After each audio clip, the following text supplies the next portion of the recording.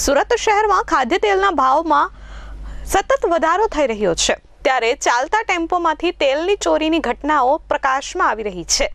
ચોરો ચાલુ ટેમ્પાની પાછળ લટકી તેલના ડબ્બાની ચોરી કરી રહ્યા છે। રાંદેર વિસ્તારમાં થોડા દિવસ પહેલા તેલના ટેમ્પોમાંથી ચોરીની ઘટનાના સીસીટીવી વાયરલ થયા હતા। ચોરે એક ચાલતા ટેમ્પોની પાછળ ચડી તેમાંથી 24 લીટર તેલના 2 બોક્સ ચોરી કરી લીધા હતા। આ બોક્સમાં કુલ 12 લીટર તેલના પાઉચ હતા। ચોરો આરામથી ટેમ્પો પર ચડી અને બોક્સને ઉપાડી તેને લઈને ભાગે છે।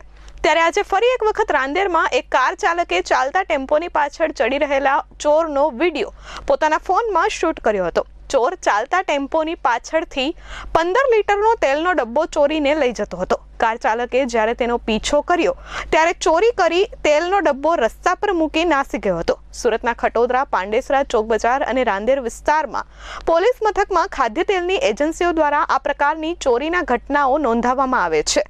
હાલ પોલીસે સમગ્ર મામલે તપાસ શરૂ કરી છે। Bureau report S24 news, Surat.